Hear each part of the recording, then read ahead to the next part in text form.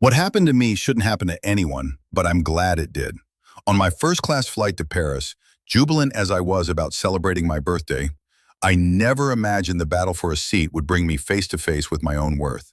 I've lived a life filled with hard work and sacrifice, my hands worn from years of nursing, yet here I was, an invisible elderly woman again, treated like a nuisance by a self-important flight attendant named Lindsay.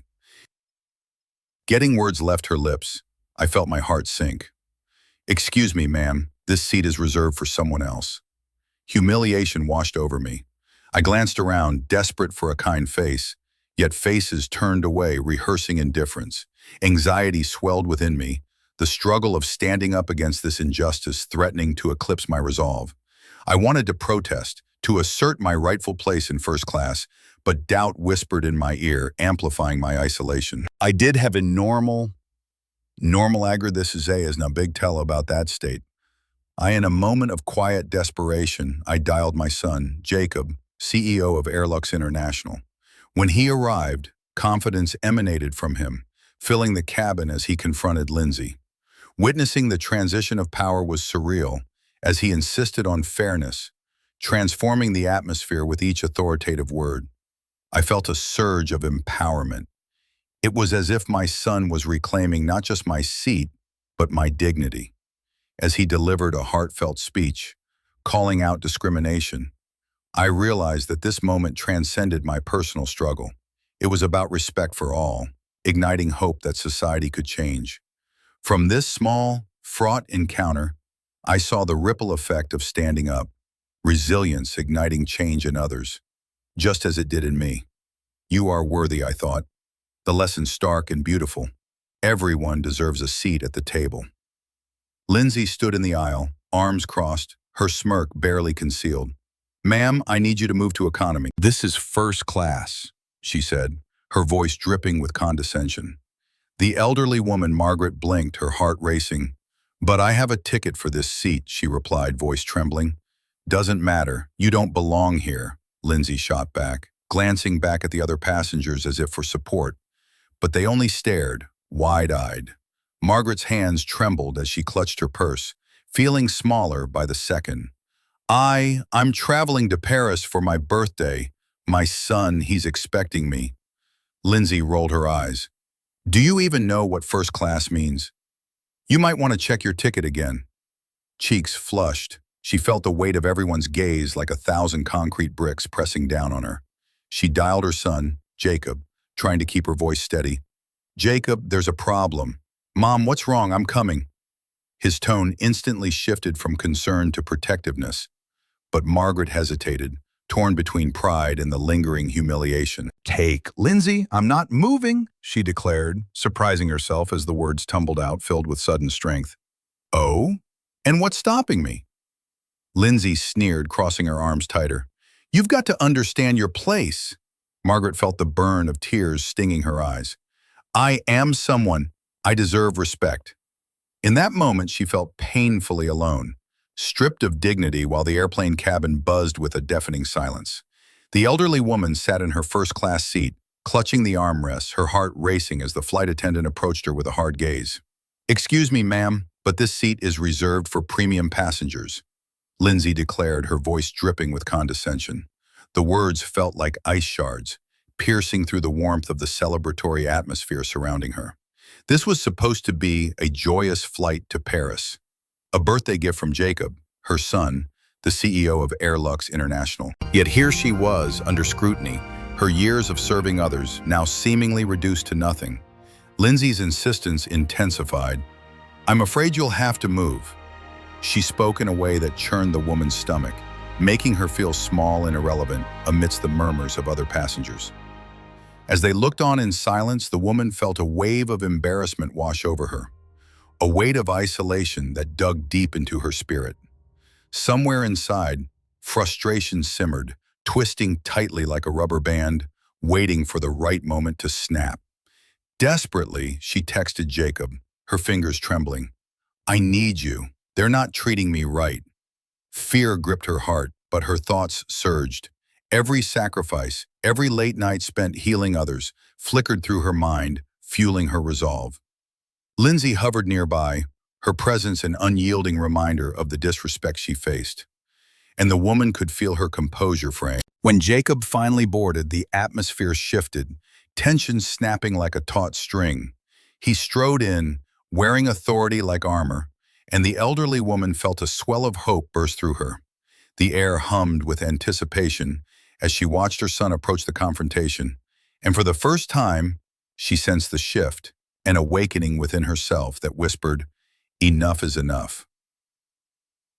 The elderly woman, her heart racing with a mix of fear and a flicker of determination, straightened her back as the flight attendant towered over her, a condescending smile plastered on her face. "I don't think you belong here, dear," Lindsay said, her words clipped and arrogant. It felt like the last straw in a lifetime of dismissals, but this time something shifted within her. "I belong wherever I pay to sit," she replied softly, but the calmness in her voice surprised even her. There was power in the truth of her words, a victory, no matter how small. Tay. As she waited for Jacob, she took measured breaths, focusing on the light filtering through the airplane windows and the bustling world below. In that brief moment, she recalled her years as a nurse, advocating for her patients when they felt powerless. That memory ignited a fire within her. Jacob appeared, confidence radiating from him in his sharp suit. She felt a rush of pride mingled with gratitude. "Mom, are you okay?" he asked, eyes narrowing at the flight attendant who stood smugly nearby. Awed, feeling bolstered by her son's presence. "I am now," she whispered, surprising herself with the steadiness of her voice. Jacob pivoted, addressing Lindsay with unwavering authority. "Remove yourself from my mother, now!" His demand echoed through the aircraft, captivating peers who had chosen silence moments ago. "Ty," as Lindsay stuttered in response. Passengers around them began to murmur support, and the elderly woman could finally breathe deeply, sensing her small victory rippling outwards. They were, after all, a family, and today they would reclaim their place in the world. The cabin buzzed with tension as the elderly woman sat rigidly in her first-class seat, her hands trembling in her lap. Lindsay, the flight attendant, loomed over her, eyes narrowed. "You'll need to move to coach," she said, her voice dripping with disdain. The woman looked around, but the other passengers averted their eyes, complicit in the silence that shrouded the moment. She felt her heart sink as humiliation washed over her, her years of nursing service and sacrifice feeling worthless at that moment. Desperate, she dialed her son Jacob, her voice shaky. "They want me to move." She could hear the immediate concern in his voice, the realization dawning that something was amiss. "Stay right there, Mom. I'll be there soon." As he boarded the plane, Jacob was a striking figure in his black suit, a stark contrast to the chaos surrounding his mother. He strode down the aisle, each step heavy with authority. The whispers grew. Passengers recognized him as the CEO of Airlux International. When he reached them, the room shifted. "What's going on here?" His calm, yet commanding tone slashed through the tension. Lindsay faltered, flustered. "She doesn't belong in first class." Jacob regarded his mother with gentle warmth, then turned back to Lindsay, his eyes narrowing. "She absolutely does. Not only is she in the right seat, but she deserves respect as my mother." A collective intake of breath echoed through the cabin. Jacob's presence commanded attention as he publicly called Lindsay out for her behavior, her face draining of color. "I expect my staff to uphold a standard of dignity and respect, especially towards our valued passengers." Recognizable, he signaled for her to leave. As Lindsay slinked away in shame, the silence broke into a wave of relieved applause from the fellow passengers. In that moment, the elderly woman felt a warmth spread through her. The isolation transformed into solidarity. Jacob stood tall beside her, the air thick with vindication. Their eyes met, and in that silent exchange they shared the sweetest triumph. A mother's dignity reclaimed and a son's unwavering love affirmed. The cabin glowed with a sense of justice. The flight attendant's unraveling reflected not her power, but the profound strength of compassion and respect. Back on that day, I realized it was more than just a seat on a plane. It was a test of my worth in a world that often overlooks the elderly. I remember the humiliation coursing through me as the flight attendant, Lindsay, questioned my presence in first class. For a moment, I felt like just another invisible face in a sea of judgment. But then, as I reached out to my son, Jacob, everything shifted. His arrival brought strength and assurance, not just for me, but for everyone around us. Jacob stood up for respect and dignity, confronting the injustice that had taken hold in that cramped cabin. I didn't just reclaim my seat, I found my voice amidst a tumult of conflicting feelings.